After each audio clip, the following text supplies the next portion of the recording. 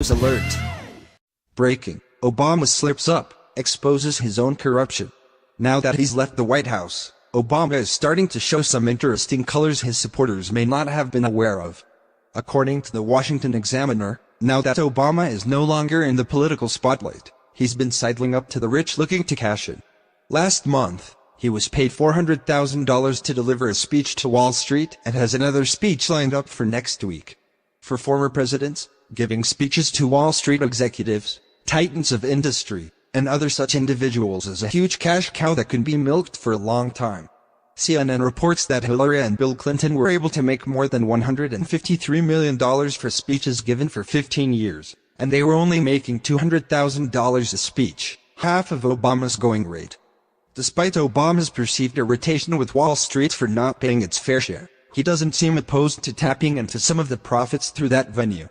Robert Wolf, an executive for UBS Group AG, says Obama's experience as president is in demand, and he never had an issue with Wall Street anyway.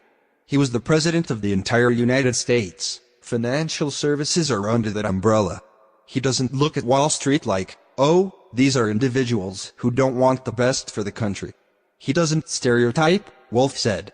His speeches may be an attempt to further the left's financial agendas and cash in at the same time.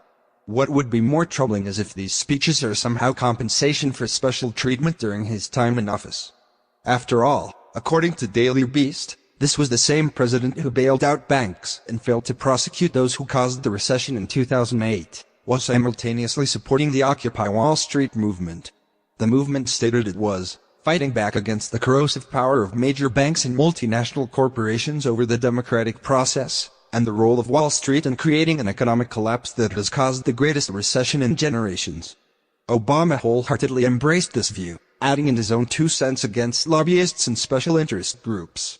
Now that same president who vilified many on Wall Street is gladly accepting $400,000 checks from them. Even fellow Democrats have turned on Obama, saying his paid speeches are distasteful, reports CNN.